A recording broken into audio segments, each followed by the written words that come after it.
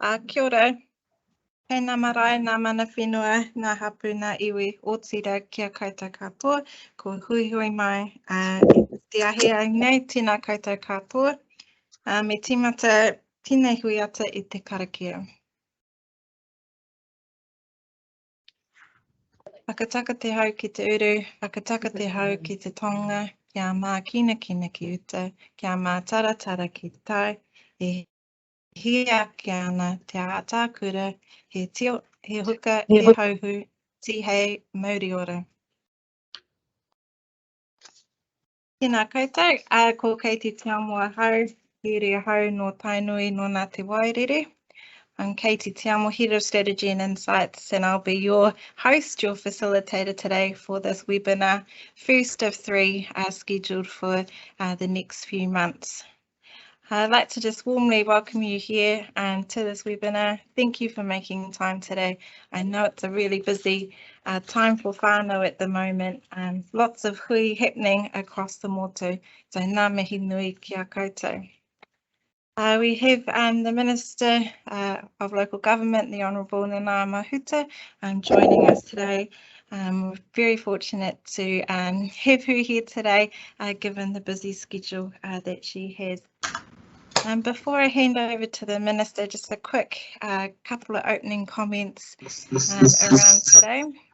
First of all, if we can, whānau, please mute your microphones during the speakers.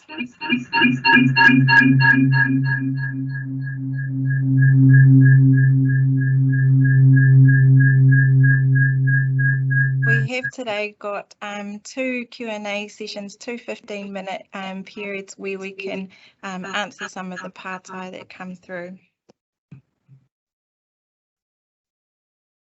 Just so you're aware, we have got a mix of staff on the line today. But what I'll do is we have got the Minister for a short period of time, and she really is the best person to open this webinar today. I'll hand over to you, Minister. Tēnā koe.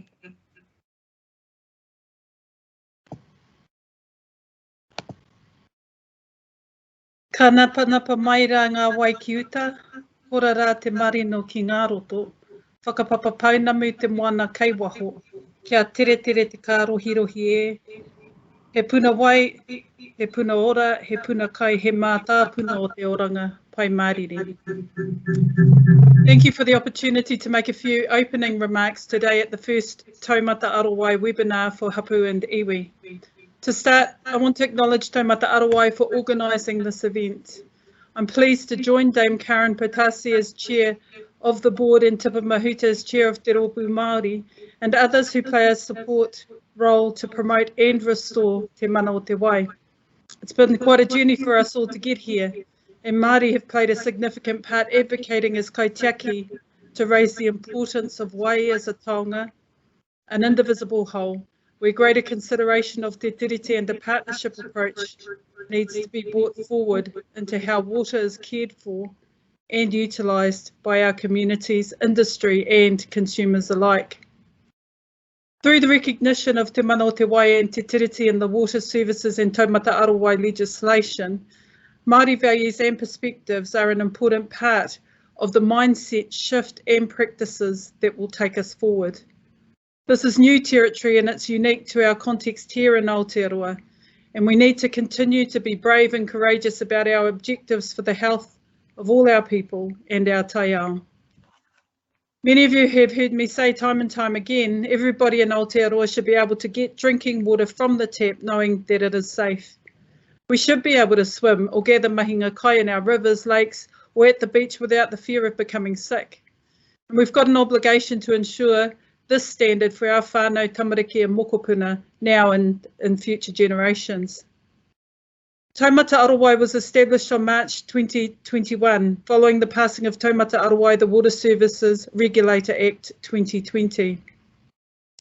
A cornerstone of this act is the unique requirement to give effect to te mana o te wai and to uphold te tiriti o waitangi and its principles as far as they relate to both the organisation's functions and duties and those who are regulated under it. With the commencement of the Water Services Act last month, Taumata Arowai is now operational as the Water Services Regulator for Aotearoa. Congratulations on your first significant milestone. The work has only just begun. Establishing Taumata Arowai has been a key part of the government's wider reform program to comprehensively transform the regulatory and service delivery arrangements for Three Waters. These reforms started back in 2017, running in parallel and in response to the findings of the inquiry into the Havelock North drinking water contamination event. Strengthened regulatory arrangements overseen and enforced by Taumata Arowai, combined with our decision to establish multi-regional water service entities, will see the provision of safe, affordable and environmentally sustainable water services for generations to come. These reforms are designed to ensure that all communities will benefit. For Māori, this means our marae and Papakainga communities as well. Te mana o te wai refers to the fundamental importance of water and recognises that protecting the health of fresh water protects the health and well-being of the wider community and environment, now and into the future. We've carried forward the same intent of te mana o te wai that was set out for freshwater, which recognises that water is a complete ecosystem and we need to take a holistic perspective as we care for its mauri and mana. We believe that everyone supplying drinking water has a duty of care to make sure that the water they supply is safe to drink. It is no longer acceptable to adopt a she'll be right attitude or something like that. And it's fundamental that we ensure that the health and well-being of our communities and environment can be achieved. That will mean that we will need to engage with our communities who are not on the town water supply and may have very different arrangements. This is the case for some rural, remote and marae communities. We know from the number of boiled water notices that are put in place that many water supplies are not safe for consumption. The example that always comes to mind for me immediately is Te Kao, a small Māori community in the far north. It shouldn't have to be that way. The Ministry of Health's recent annual report on drinking water quality 2019 to 2020 shows 76 boil water notices on supplies serving more than 100 people. 26 of those are permanent and 50 temporary during the reporting period. This report only includes registered supplies serving more than 100 people, so total numbers of supplies where boiling water is necessary to prevent illnesses are likely to be higher. It's not acceptable to get sick from a resource that is supplied directly into the heart of our homes, and it's critical to people living a well life. The well-being of our whānau and the prosperity of our communities is absolutely key. Establishing a dedicated water services regulator is our chance to shift the way we think about the quality of drinking water and how we give effect to te mana o te wai so that our waterways and communities benefit. Approximately 2,400 drinking water supplies registered with the Ministry of Health have automatically transferred to Taumata Arowai. Of these registered supplies, there are 67 local councils that supply water to 80 to 85% of New Zealand's population.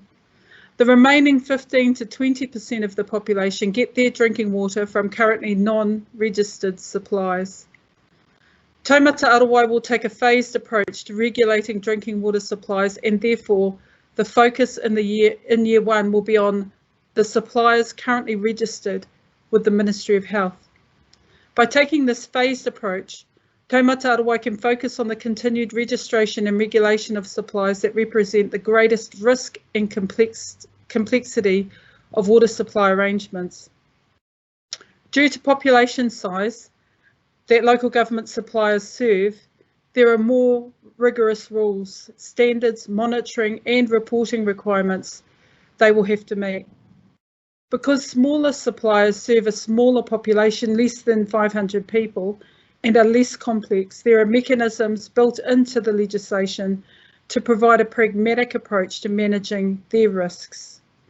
One of these mechanisms is called acceptable solutions. Applying an acceptable solution is a way for small suppliers to ensure they are providing safe drinking water in a practical and cost-effective way. Through bespoke engagement with Māori and Marae communities, we will have the ability to devise an appropriate acceptable solution for these small suppliers also. Examples of small suppliers include a community water scheme, a farm providing water to several households, a marae, community hall, rural school, or holiday homes sharing the same water supply. Thank you for joining this webinar.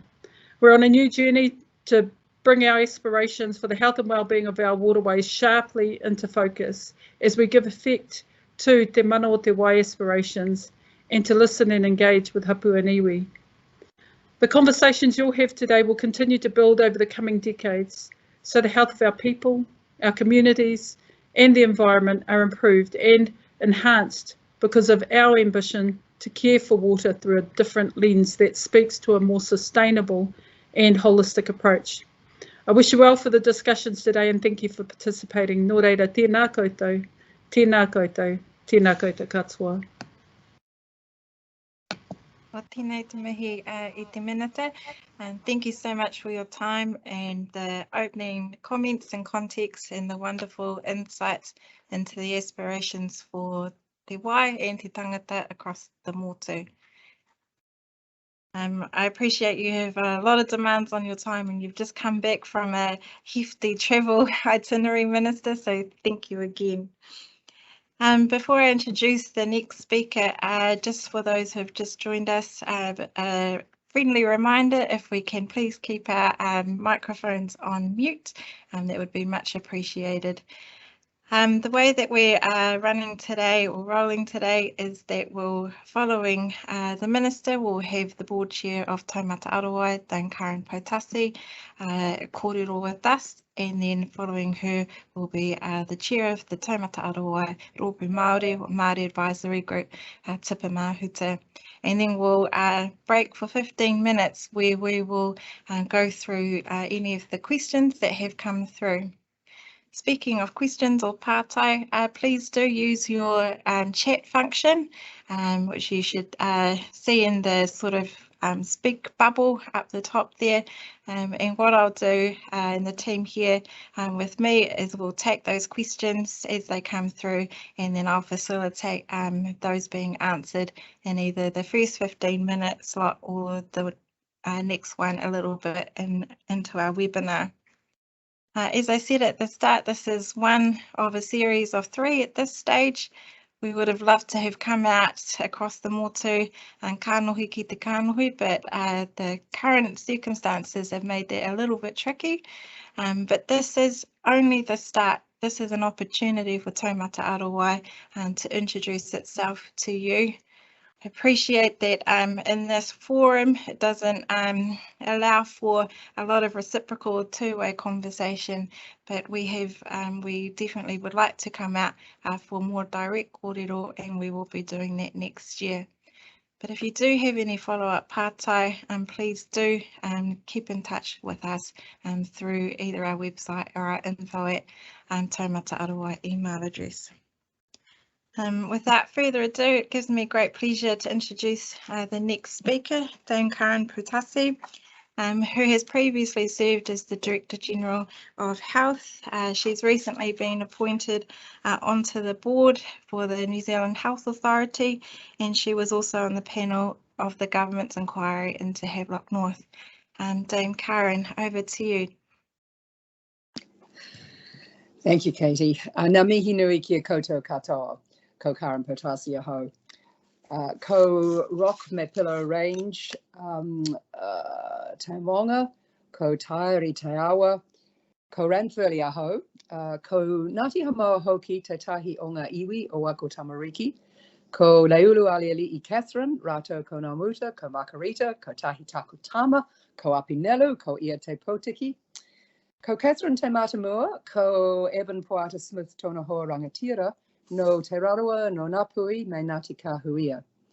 And across all my children, I have 10 grandchildren. So you can see my moko interest in our kōrero today. To add to that, I'm a medical practitioner with public health as a specialty in my technical skills that I bring.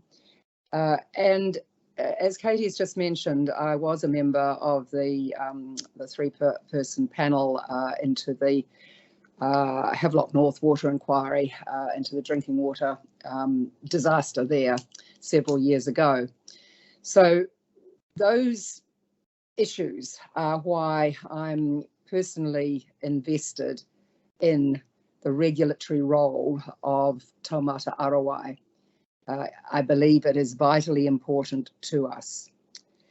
As chair, the board has a commitment to ensure that Taumata Arowai has the capability and capacity to uphold Te Tiriti and to engage with and understand a Tao Māori perspective. So this afternoon's webinar is doing exactly that for us. And we welcome you and we thank you for the opportunity to kōrero with you. Whānau, hapū and iwi Māori have a unique relationship with wai, and the Minister's already mentioned this. So wai Māori, wai mana, wai ora. And Te Mana o Te Wai provides a pathway for those of us with statutory functions, powers and duties to recognise and respect the kaitiakitanga obligations of mana whenua in a way that aligns with Mātauranga a iwi. And this is critical to how we deliver on our regulatory role. And the Minister's already mentioned that every person in Aotearoa should have reliable access to safe drinking water, no matter where they are. And that's absolutely fundamental to how we plan to go about our regulatory task. So with that in mind, I'm not going to talk a lot because I think we really prefer to be answering your questions.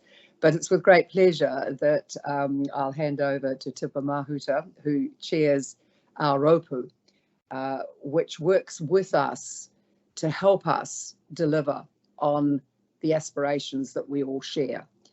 Nō reira, tēnā koutou katoa. Kia ora hoki rā, Dame Karen. Anō nei te mihi, te tautoko I ngā mihi kia koutou kua tau mai nei, tini aku rahi, koutou kei ngā tōpito o te motu, ngā wai kaukau, ngā wai puna, ngā wairere te aki nei ana e koutou kei te mihi tonu atu. Tautoko ana ngā mihi o te minita, koutou ko Dame Karen kia koutou I tēnei rā.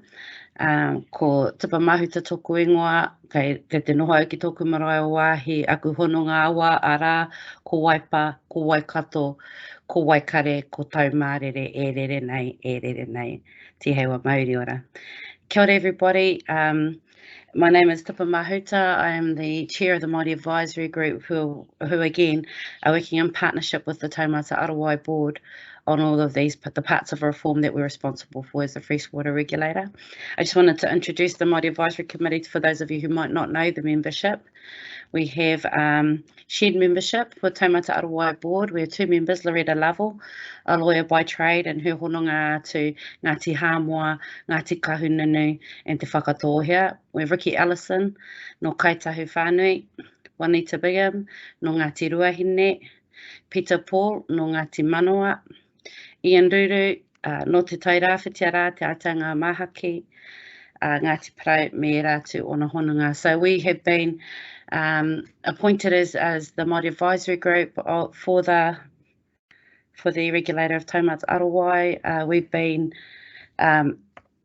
here alongside the board for just over 5 months, working with them on the Te Mana o Te Wai frameworks that will support this work going forward as we come out into the rohe. A few points that I would like to reinforce, because a lot of the work's been said, is we want to start with the end in mind. So how do we go from the awa to the tap with the best certainty for our people with their mana intact. That's the biggest challenge. How do we have that as a mana enhancing conversation with you all going forward? Again, this is the start of the engagement and the meaningful engagement, so that we make that makes sense.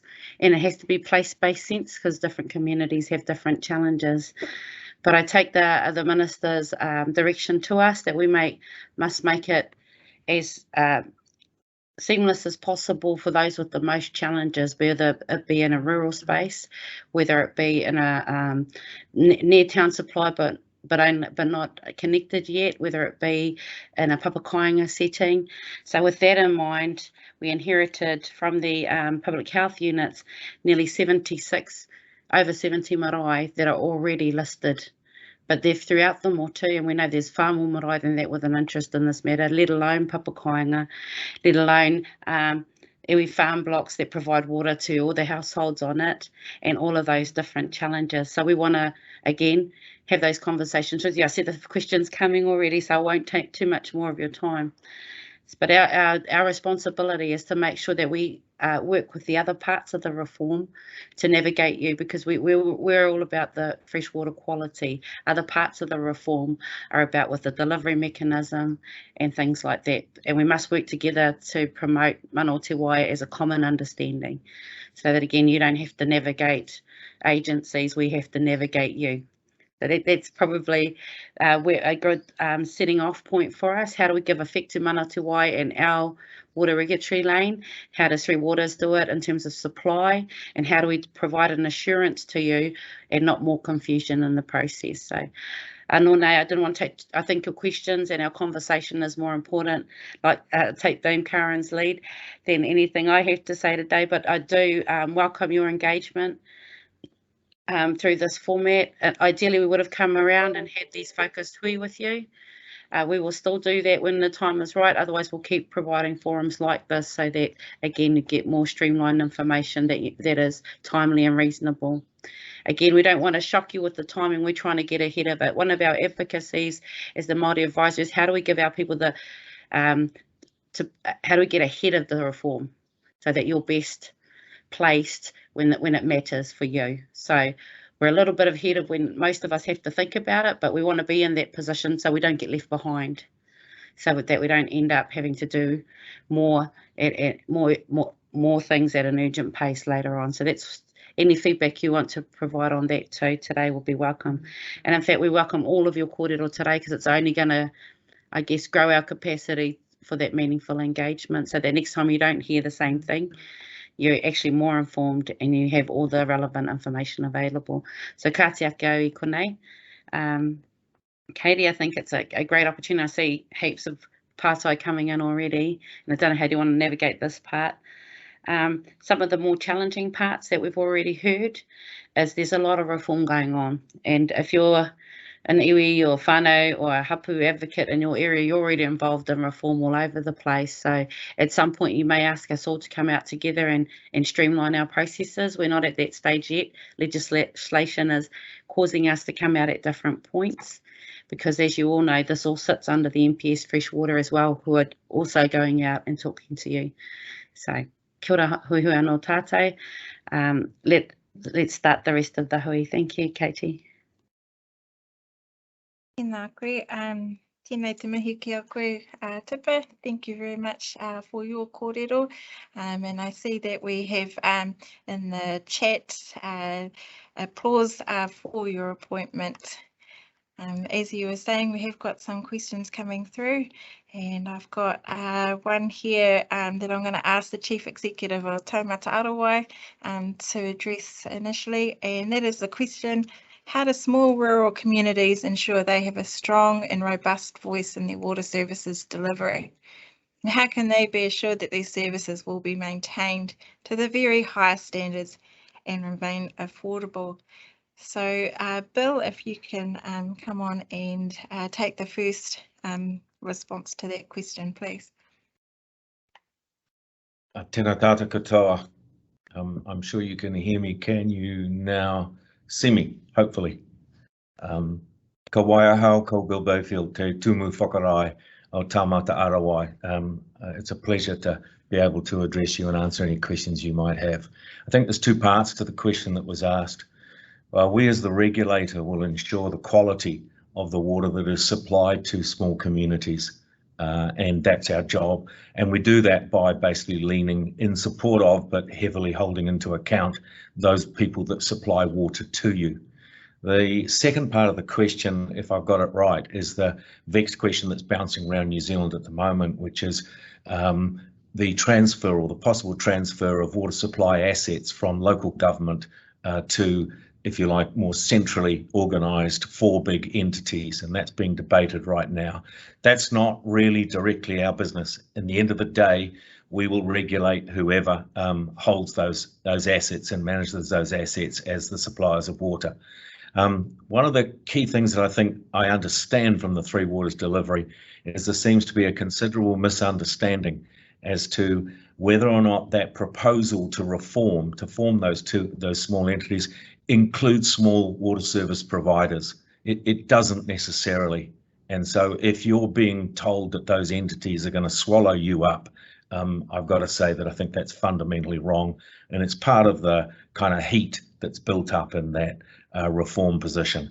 But remain, I guess, confident in us as a regulator. We will slowly but surely assist New Zealand's drinking water suppliers to lift the performance so that everybody has access to safe drinking water. Kia ora, Bill, thank you for that. And then I think also you were talking about the broader reform landscape there, Bill, and in particular the service delivery aspect of it. And I do see here we have a comment from Mihi Rāwhiti just expressing concern about local body councillors and farmers, and in this instance in Hauraki, that are protesting the reforms, and specifically the Māori input. And I think that will be something that many of us here in the webinar, either whānau listening in, or staff or board or rōpū members, and definitely the Minister will be well aware of, that there has been a lot of a lot of noise that has been circulating throughout this conversation of reform. Bill, I might just bounce back to you just to talk about our role as a regulator, and a regulator, not a funder, but the opportunities that Taumata Arowai may have in terms of linking whānau out there with funding opportunities from across the broader central government landscape. Kia ora, excellent question, and I think it's one that's going to be asked an awful lot of times over the coming years. We're part, as the Minister said, we're one po of her Three Waters reform, so we're the regulator. And if you increase the standards and you expect people to change, to lift to those standards, then you've got to be aware and consider how they might do that, and how they might form in themselves both of the funding and the capacity to manage such water supplies. And I think we're very much aware of that. That's why we're very pleased that your submissions went into the changing of our Act, so that the legislation that's emerged gives the small suppliers in particular 4 years to register and 7 years to comply. So that gives everybody time to take a breath and to work out what is the best solution for each location, each place. As Tipper said, this is very, very place-based. And so as a consequence, we, as we lift the standards and ask people to rise to them, have to be aware that there are some communities where the ability to provide that input, that investment, and train those people will be limited. And so we will be actively lobbying those parties who will supply the money, who will provide the assistance, and that is the other part of the Three Waters service delivery reform. Those entities, certainly for the next 3 years, local government, then those entities when they're formed, they have at the moment at their disposal a $30 million fund for marae and small rural water supplies. But we would expect that to be expanded in the coming years, and we will certainly be lobbying it. What we appreciate is that your advice in this webinar and ongoing webinars will inform just how much is required to really get New Zealand's drinking water up to scratch for everybody everywhere. Ngā mihi, Bill, thank you. Tipper, we've got a comment here from Brendan, which I'd invite you to comment back on if you would like to. So it's around Three Waters being a big kaupapa, and that there are many water initiatives being taken by marae, Māori landowners and local iwi.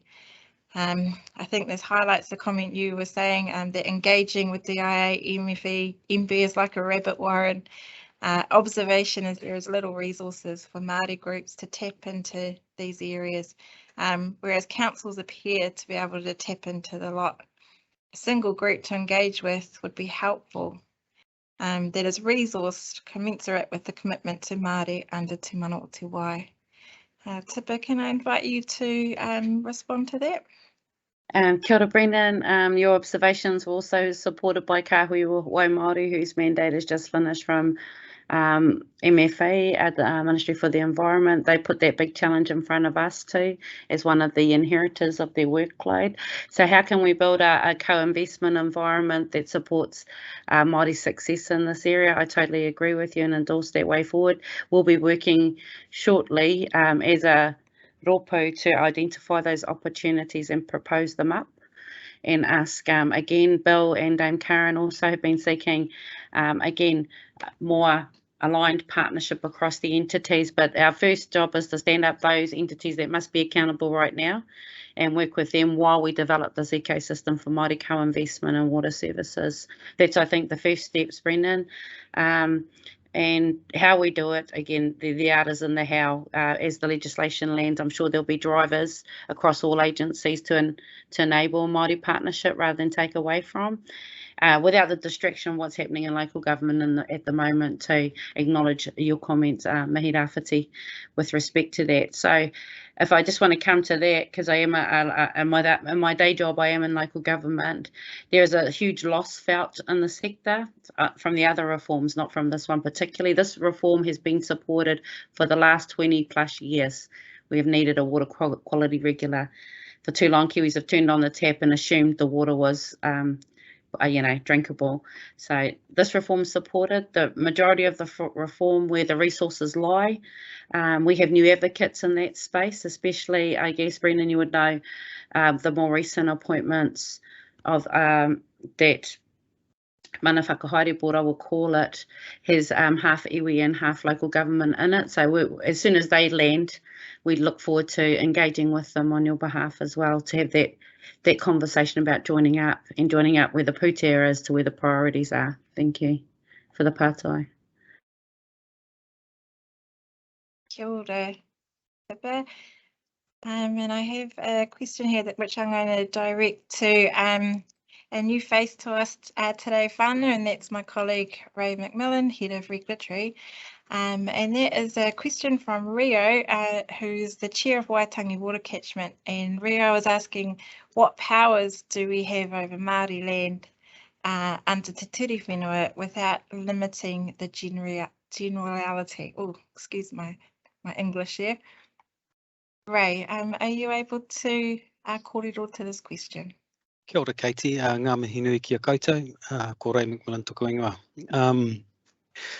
Yeah, no, we don't exercise any authority over land under the Water Services Act. So our primary objective is really to work with suppliers to make sure that they know what's in their water, and the way that they supply water is consistent and meets the objectives of Te Mana o Te Wai, but ultimately is safe for their communities to drink. So we've got quite a narrow swim lane in there. In a few years' time, we'll be talking about wastewater, we'll be talking about stormwater, but it is all about how do we enable Māori in particular, how do we give effect to Te Mana o Te Wai, but understand, support and enable the exercise of maturanga Māori, tikanga Māori and kaitiakitanga over your rohi. So no impact on, I guess, your the rights to your land and the exercise of your kaitiakitanga or mana whenua and your rohi. Kia ora. Kia ora, Ray. Thank you for that. I'm going to use this next pātai from Kiepa to introduce one of our other Taumata Arowai whānau here, and that is Jim Graham, Principal Advisor, Drinking Water. Now this question here is, how is the current technical approach to water suitability in terms of allowable contaminants reconciled with cultural determinants of water suitability in the new approach? So in this is of particular concern, the water use cascades, for example, on the Waikato Awa with multiple towns or places drawing from and discharging into Awa. Now, if I can invite my colleague Jim to respond to this pātai. Kia ora koutou, ko Jim Graham aho, ko Principal Advisor Drinking Water toku mahi. So it's a good question. I think the thing that we can say is that cultural determinants of water suitability or water quality have never actually been considered in the setting of drinking water standards for New Zealand. We've always followed for the setting of what we call maximum acceptable values, the requirements of the World Health Organization, and in our first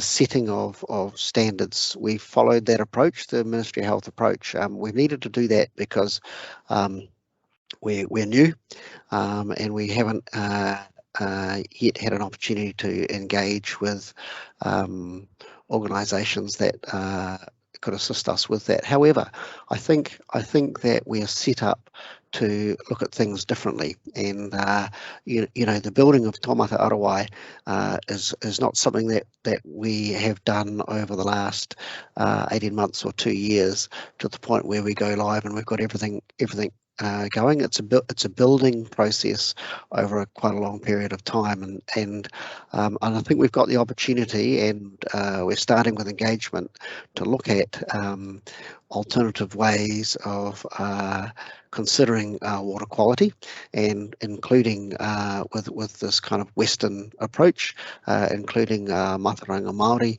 and including other ways of assessing and considering water quality. So I guess it's probably not much of an answer, except to say that you know, we have a rōpū Maori who can help us with this, and I think it's the opportunity that we have as Taumata Arowai and as a treaty partnership organisation to into the future is to take account of more than just the knowledge that's been used and the approach that's been used in the past when we're looking at these kind of things.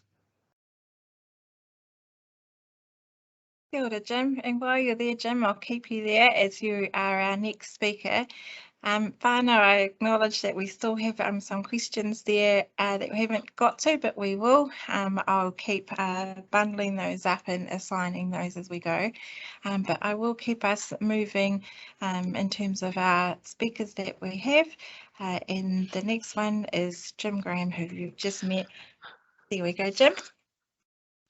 Ngā mihi, Katie, yeah, as I said, ko Jim Graham aho, no mapera aho, ke Horokiwi toku kainga, and as I said before, ko Principal Advisor Drinking Water toku mahi.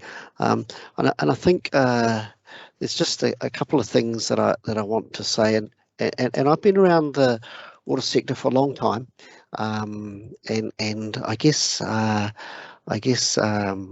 role with Taumata Arowai is a bit of a pinnacle and an opportunity for me to draw on what I've accumulated over a long period of time, and the knowledge and experience that I've had, and I was involved as an advisor with the Havelock North inquiry, so I have a good understanding of that and the Havelock North event. And in many respects, people think that all of this started with Havelock North, and it kind of did, but it kind of didn't as well. There was an event of contamination of a reasonable sized community water supply in 2012 in Darfield, and many people were ill with Campylobacter, the same illness and same organism that caused the problems at Havelock North. And I really think that we missed the opportunity there to realise that things were wrong. And we didn't. And as they say, you know, this thing of repeating history. But one of the big problems with Havelock North, from my point of view, as terrible an event as it was, it overshadowed what we already knew and what people like myself have been working with for a long time, and that is that there are many small supplies that provide people with water that's of very poor quality. And so, for example, you know, there's a number of small communities within kilometres of Havelock North where people are for a long time been subject to drinking water that's of unsatisfactory quality and is a risk to their health. And so there was a sense, I think, from many that if we solve the problem that exists in the likes of water supplies like Darfield and Havelock North, everything's good again. But of course, it won't be, and it isn't. And to just give you an example, one of the things that I've really appreciated in the last couple of weeks with Taumata Arowai is we've got a notifications reporting system, and it means that water suppliers, if they have a problem, they need to let us know. And we've been able to gather some interesting statistics just in 3 weeks. And so I can tell you that for last week, we were notified of nearly 30 water supplies that had positive E. coli results, and 2 water supplies that went on to boil water notices. Now that's just in 1 week. And so if a water supply gets a positive E. coli result, that means that there's fecal contamination of that drinking water supply. And generally speaking, the E. coli isn't an organism that would cause illness, but if it's present, it means that fecal contamination is present, and fecal contamination is present. There's other organisms, whether they be Campylobacter, Salmonella, you know, Cryptosporidium, or some viruses that can cause very severe illness. And I guess the thing that's clear is that there's still many water supplies in New Zealand, and many of them are small supplies that are not providing safe drinking water. And the view of myself and of Taumata Arowai, our chief executive, and our chair of our board, and others, including Rōpū Maori, and right up to the minister, is it really shouldn't continue. It's really not acceptable to provide water for people to drink that's not safe. And so that's why the legislation goes right down to these very small supplies. I guess one of the tragedies for me is that for many long-standing communities and many Maori communities that may have been using a tuna, you know, an awa for a water supply, and you know, you find that generally marae, and in fact many communities are associated, are located close to where there's good water supplies. So many of them have been using water supplies for a long time, and those water supplies have originally been very good quality, and in many cases safe to drink. But things have changed, and this is the difficulty that we face, is there's been many environmental changes. So, for example, we've seen the clearing of native bush over a long period of time, and we've seen the intensification of agriculture, whether that's growing of crops or dairy farms. And that puts more animals into the environment. It puts more contaminants like pesticides into the environment. And invariably, those contaminants find their way into waterways. And so, for example, if you have more animals in an environment, you have more feces in an environment, you have more risk of and likelihood and actual contamination of water supplies. So those things changes. And along with greater abstraction of water that affects the availability of groundwater and can affect the quality of groundwater. Those things, those changes, are a thing that impacts the quality of water that communities receive, and that occurs over time and often quite slowly, so that it's something that we often don't see creeping up on us.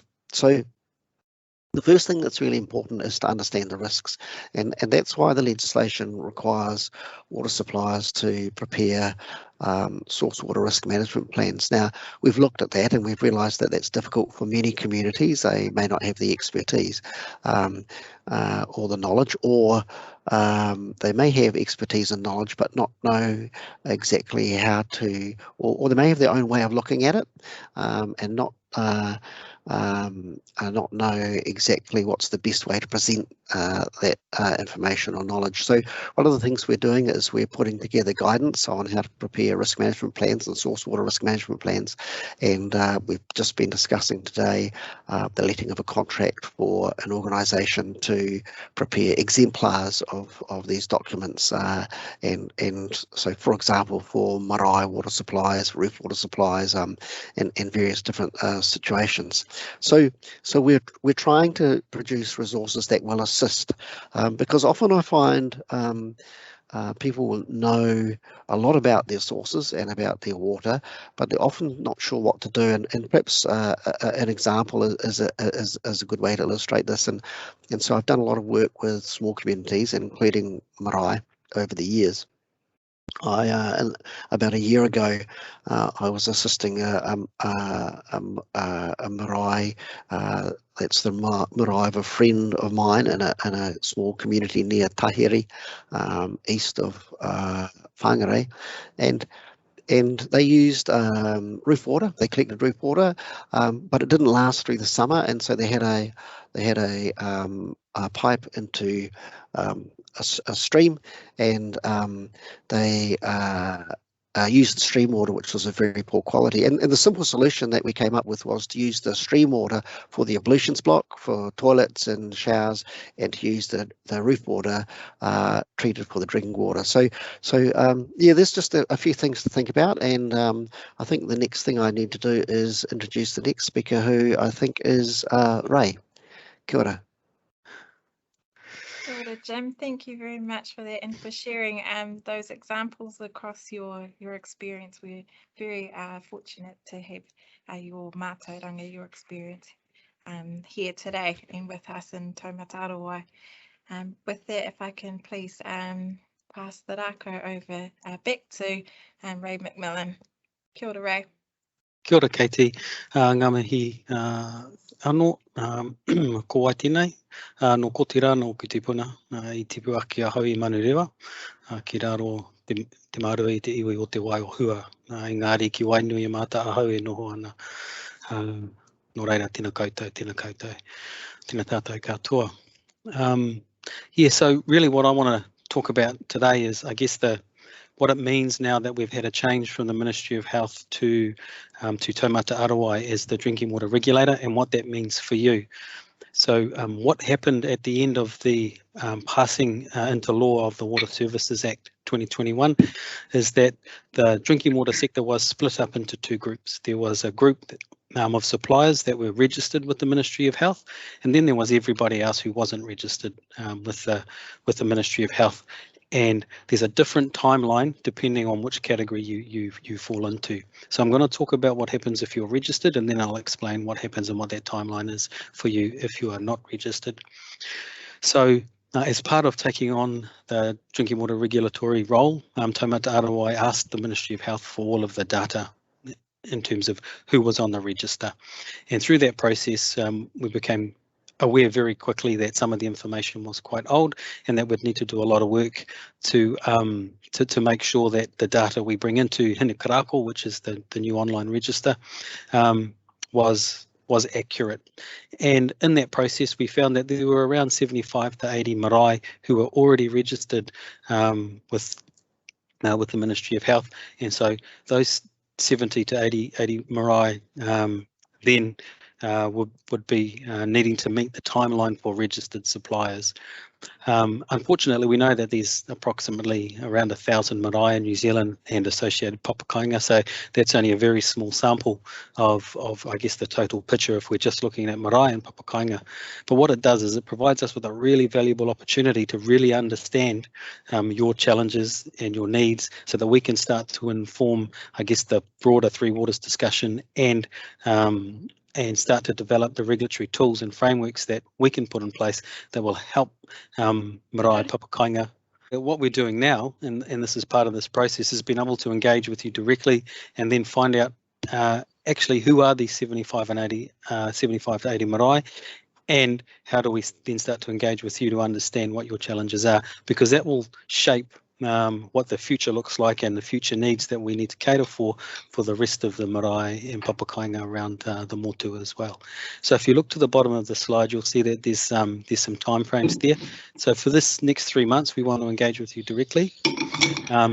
Early next year, from the middle of January, we'll be starting to consult. And what that means is we've developed a new set of rules, a new set of drinking water standards, some acceptable solutions, which Minister Mahuta talked about very briefly in her introduction. And what we'd really like to do is be able to explain to you the impact of those and then get your feedback. And if there are any changes we need to make, we've got an opportunity to do that before we bring those into force in July in 2022. From that point on, the next big date for registered suppliers is being able to submit a drinking water safety plan to Taumata Arowai by the 15th of November 2022. And Jim was just briefly talking about we're getting some expertise in to draft up those plans. It's our intention that we'll be looking at marae and what the needs are there, and is there a way that we can make that easily achievable for our smaller suppliers so that you can meet that compliance date. Now, for the unregistered community, it's quite a different timeline. So if someone can push the slide through for me, please. Yep, here we go. So a decision was made through the transition of that bill to push the timelines out quite significantly for unregistered suppliers. So if you were not registered with the Ministry of the Health before the 15th of November, and if you need to know whether you were or you weren't, you can contact us and we'll be able to find out for you. But if you're not, you've got 4 years to with Taumata Arowai, and then you'll have a further 3 years to be fully compliant. And what that does is it allows Taumata Arowai an opportunity then to start to try some things out as well. So we've got a period of time to make sure they fit and that our systems are fit for purpose and they meet I guess the needs of the various groups within the drinking water sector. So you'll see only 3 arrows down the bottom of there. So it's the same sort of thing. Early in 2022, we'd still like as much participation in the consultation process as possible. The more feedback we get, the richer that conversation is, and the better the result is for us in terms of designing solutions going forward. From that point, if you're not registered, you have until November the 15th, 2025 to register with Taumata Arowai, and then up to the 15th of November 2028 to be fully compliant, and that means having a drinking water safety plan, but you're supplying water that meets the requirements of the legislation. So that's all I wanted to share with everyone today. Back to you, is it Katie? Hi, kia Kia ora, ora. Ray. Thank you. I appreciate whānau that was a real whistle-stop tour through a couple of roadmaps. If you would like to digest those in your own time, we do have roadmaps on our website, taumataarowai.govt.nz. We can pop the link in the chat function there if anyone would like to have a look at those. All right, we have our second Q&A 15-minute section here now, and it's great to see the pātai have continued to come through. I have a question that I was going to direct to our two chairs, to Dame Karen and Tifa, and that was from Angela Young. Tēnā koe, Angela.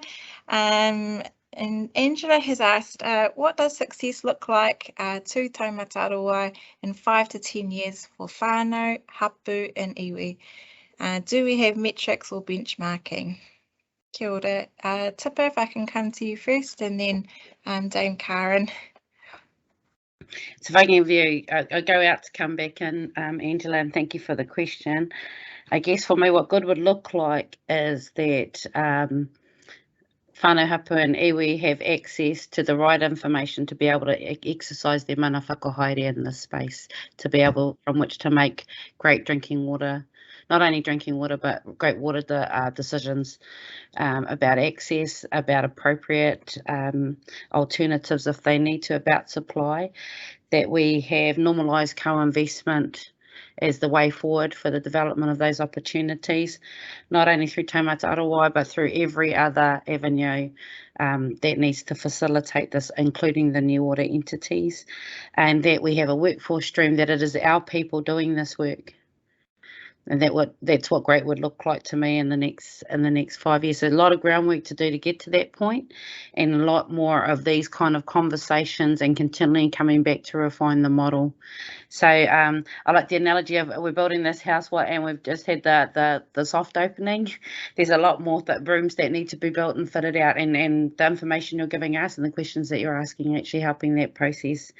But that's probably the other thing. If I was to come right in, it means that perhaps we will have an Everett or here a direct case study where you'll be going, how did you guys solve these issues? And we'll be able to learn off each other, because I can't say that we can reach all of the small suppliers that need all of this information in 5 years, given that there's 1,000 maraes as a starter, and let alone everybody else. But I'd like to say that we will have a roadmap for all the possible scenarios, so that whānau at least have more knowledge about how to get this done in their place, in their space, for their purposes. So that's what good looks like to me. Sorry, Dame Karen, if that's too good, but I'm ambitious. Not here to watch the grass grow. Not at all, Chipper, because you've given the answer for me, which is really great. And I'd just summarise it as saying, that every whānau, hapū, iwi should have access, reliable access, because I think that's an important word, to safe drinking water. So I think to my mind, that's success. But as for the KPIs, it's a very good question, and I mean, they sort of exist at each level, as you would expect. But in a way, success for me would be in jointly deriving the KPIs with you through kōrero such as this. What do you think would be critical measures of the difference that we're making, and whether that's working or not? So we're very sincere about the desire to talk with you, get your feedback, and get your influence over how we measure ourselves, because fundamentally that's what's important to us with this kōrero. So thank you. Kia ora, Dame Karen. I'm going to change tack now, move to back to Ray, if he can please talk to us about funding available to install a UV water system within marae or pā, especially those marae pā that are serviced by a bore well. Kia ora, Ray. Yeah, kia ora, Katie. Again, I guess I'll just reiterate that Taumata Arowai isn't the funder, but what we can do, and I'll reiterate, I guess Bill's key message here, is that we can lean into and see what's required for your facility, and then we can, I guess, be a voice in terms of how does that fit in, I guess, the overall picture with Three Waters in terms of whatever initiatives they may be running, and they have that $30 million rural drinking water fund with 20 million of that set aside specifically for marae papakainga, and they're certainly looking at running pilots to understand if they can put systems in that are workable and sustainable. And I think following that, they'll have a bit more knowledge in terms of, okay, what funding is required to help support marae papakainga meet their drinking water needs. So there's probably more to come, and that'd be our role as Taumata Arowai to make sure that information is getting out to you. Kia ora, Ray, thank you. Now we're going to just quickly move into the space of freshwater management, and I'm going to call on our Chief Executive, Bill, again. Just to, I guess, Bill, aroha mai, but I'm going to throw two questions at you at once. Just if you can speak to the role of Maori in regard to freshwater management units under the MPS, and how will that dictate freshwater objectives and limits? And then also Well, if I'll ask you to answer that one first, and then we'll move into just a question around allocation. Kia ora, Katie. Thanks. I think the role of Maori in freshwater management is, particularly under the National Policy Statement, the Resource Management Act, is something that we will lean into, but is not our core business. But nevertheless, what you're looking for at the moment, and I think Tippa's highlighted it, which is there is so much going on in water, and there are so many different ways of approaching it, that for even an organisation like us, to what extent we need another piece of legislation and how it works to work well with us, we're not sure yet. We're still learning. And so it's a good question to ask us. My simple answer is you and I are both going to have to watch like a hawk the review of the RMA and see what emerges out of that, because I don't think that the National Policy Statement on freshwater is actually going to be with us for very long before that whole system is overhauled in the next possibly 2 to 4 years. Kia ora, Bill, and just going to seek your thoughts on a statement here from Rangi Awatia, and this is around those with consented water take allocations far above what they need, and should they be able to sell on the excess that they have? Is this practice of being able to stockpile allocations by wealthy farmers going to be allowed to continue? Local iwi say no to that practice. What are your thoughts, Bill? Did Rangi Awatia know that I was previously the Chief Executive of Environment Canterbury, where this issue came up on a regular basis, where the original allocations to those people that had irrigation units were way and above what any efficient or effective farmer needed, and as a consequence they would trade quite happily. I think it's almost an anathema to any New Zealander. I really do, and I think that the tools for addressing it are pretty weak. And again, it comes back to the Resource Management Act. Allocation is going to remain of water is going to remain in the Resource Management Act. It's going to remain a matter for the regional councils. And I guess linking back to the previous question on the role of Maori in the MPS in the future, I'd be looking for two things. One is the review of the RMA and where it takes us. And the second one is the fit for future review of local government, where if I put my hat on from ECAN for a little bit, I would think that we were pushing quite strongly that the future of ECAN in managing those resources and those allocation resources was probably going to end up with a co-governance arrangement at a regional council level between Maori and Pākehā interests, particularly recognising treaty partnership and water as a taonga for all iwi Maori. I'd be watching that fit for government, local government review like a hawk, because I think that that's where regional councils will change over the next 3 years. Kia ora, Bill.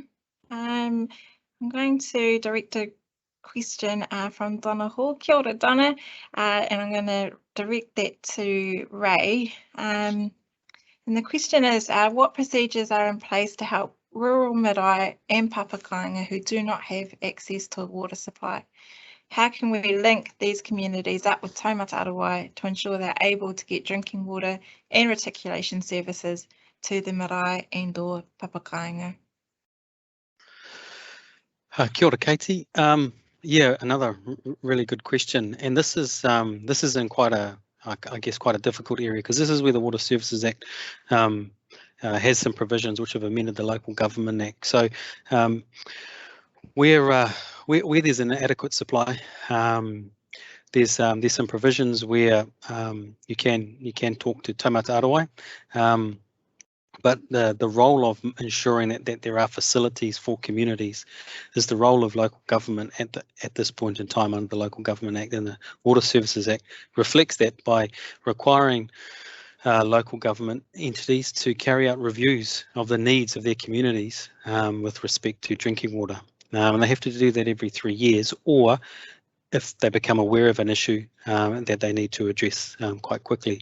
And Taumata Arowai has a role in terms of making sure that that process is happening, and where it's not, obviously we lean into there and we have a role to to report that upwards to government and through DIA to our monitoring agency, but the actual service delivery component is not Taumata Arowai's like core business. We do lean in there very heavily, but that infrastructure and that service delivery of water is really that big problem that the Three Waters is trying to grapple with in terms of how do we make sure that there is reliable service of drinking water to everybody in New Zealand who needs it. So quite a difficult area for us right now with being 3 weeks into the role, but it's something that we're becoming very aware of and something that we'll need to get better at in terms of handling as an issue as we move forward. Kia ora, Ray. And you were just talking about the Three Water Service Delivery Reform in a broad sense, and so that's a good segue into a question here back to Bill. Just around, Bill, are you able to share your understanding around the latest thinking on how representation at the governance level of the many hapū and iwi and only 4 service delivery entities will come about? I saw that question earlier. So kia ora, Brett, good question. Our business is watching the formation of the 4 entities like a hawk, because how those are established and how effective they are will significantly change how we go about doing our job, and I guess the size and capacity and capability of those agencies that we might be working with. You can understand that I guess my bias is that at the moment we might be working with 67 units of local government, a lot of whom are kind of maxed out on their credit cards and haven't got a great performance in terms of drinking water or wastewater. And so the thought of working with 4 entities, provided they're properly structured, is quite exciting for us. When I look at the governance that they're discussing at the moment, I see that the Minister has formed a new group to look at exactly your question. How will governance work? And she's pulled together what is interesting for me, and I think quite a powerful statement. She's pulled together basically a 50-50 mix of mayors and CEOs from local government and mayors and CEOs, leaders and CEOs from settled iwi and iwi organisations. And I think that in setting them the task of exploring that governance and how it will work on the 4 entities, they've got that real challenge. And I think those mayors and those CEOs from local government are grappling with how the hell do you represent so many little tiny communities all over New Zealand through the channels of X number of district councils onto the board or the governing group of one of those entities. And likewise for those iwi leaders, it's that same question, isn't it? How do you get the voices of all of those hapū through to iwi and then through to the board and the governance entity of those entities, and how are they effective? Because what we need to watch like a hawk from Taumata Arowai is that unless those voices are coming through, we in turn will have a great deal of difficulty in getting the messages that will assist those entities in what their priorities are. What drinking water services should they be addressing first in their rohi, and what wastewater supply should they see as a priority to fix? Nā koe, Bill. I believe that Minister Mahuta may be back online, potentially. If you are Minister and you would like to add on to Bill's kōrero, kei a koe.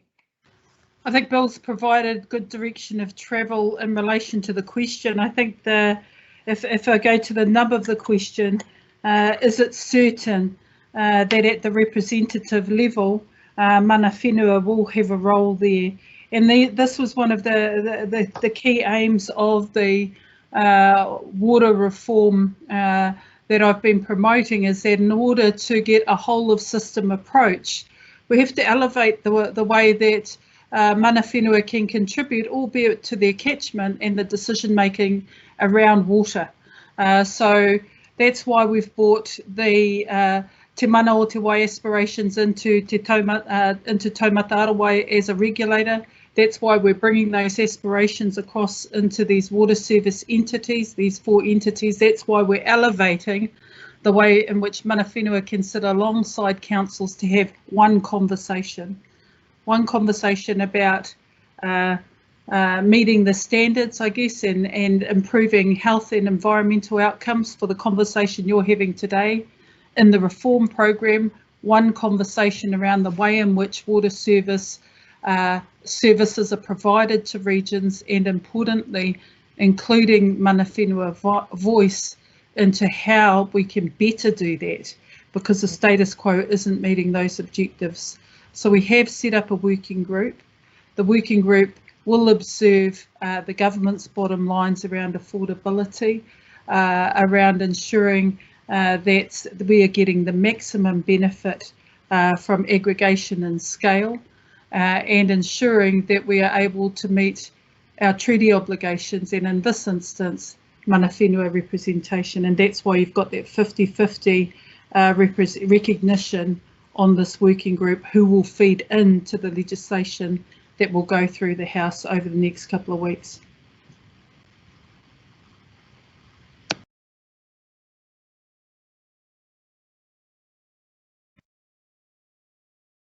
I think I've got one last question for Ray, and then I may ask the Minister and our two chairs if they have any final comments before I ask Bill to close out with his kōrero, and then we'll close the hui. The question that I had for Ray is around, and it uses an example of Tikuiti as a small town of 5,000 people and a high Māori population dependent on town supply for months, can't access clean water and rely on bottled water. So any update on how something like this is serviced today, considering that the changes that we've broadly spoken about today are 5 years away?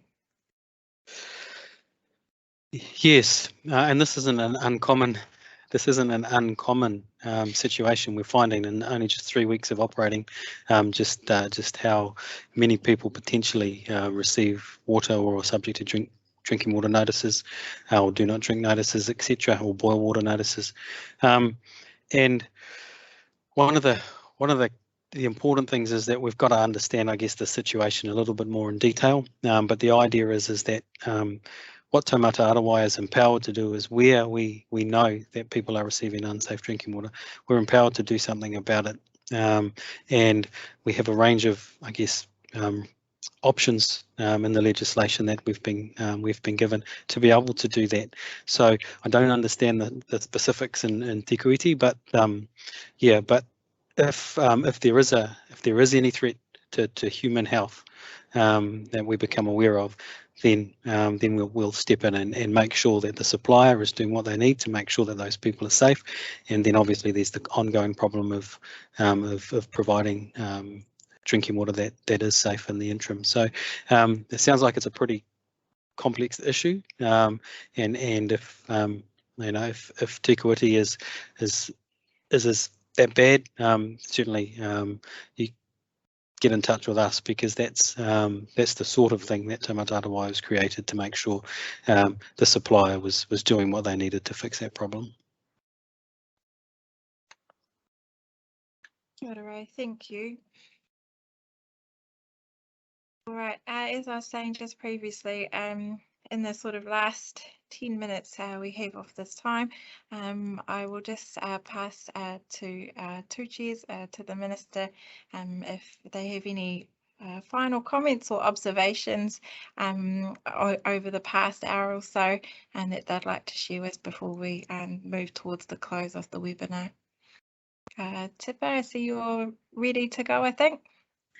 Kia ora. I just wanted to note a couple of the comments in the chat and encourage people that even post this kōrero, please keep sending feedback through to our team, through the Taumata Arowai website, through Katie and other members directly, and then through the named members of the Māori Advisory if you feel you need to, because in the new year we want to ramp this up and have more, I guess, deep dives into the matters of papakainga, rural, marae, aharane. This was just an introductory session, so thank you for that. But I just want to note, thank you, Zoe, for your question. I think Te Manatu Wai needs to become not only an accreditation, but a series of micro-credentials, and I want our people to lead out on it. Why? Because we inherently understand it, and we're lucky because Dame Karen's former life was an NZQA, so she can help us design this learning pathway. Again, how do you translate your lived experience to working with others who are still learning the pathway? That's the biggest challenge, because people will have the resources and the goodwill, but you will have the kōrero to connect them to it. So how do we bring that experience forward very quickly? And that's a challenge that I know, and even Raukura, who hasn't had a chance to speak with you today, she's key to some of our success in that. So we look forward to more engagement, more meaningful kōrero, so that you can start seeing that built into some of the resources that we prepare. If we don't prepare it, we're definitely going to make sure our teina tuakana and that flow for te mana o te wai, that they do their part of the job. Kia ora. Kei a koe Dame Karen. Kia ora, and thank you, Tipper. I was smiling at the micro-credentials because they're a very good way of securing small packages of learning and building off them. So I didn't know you'd twigged on that one, Tipper, so in the sense of my background. Never underestimate. Look, I would really, again, like to reiterate my thanks for your presence today. My encouragement of you to use your networks to spread the word about the role of the regulator, Taumata Arowai, and how we have this ambition that we believe actually everybody shares around every person having the right to have reliable access to safe drinking water, and at the end of the day, that's what this part of the piece and regulation is about.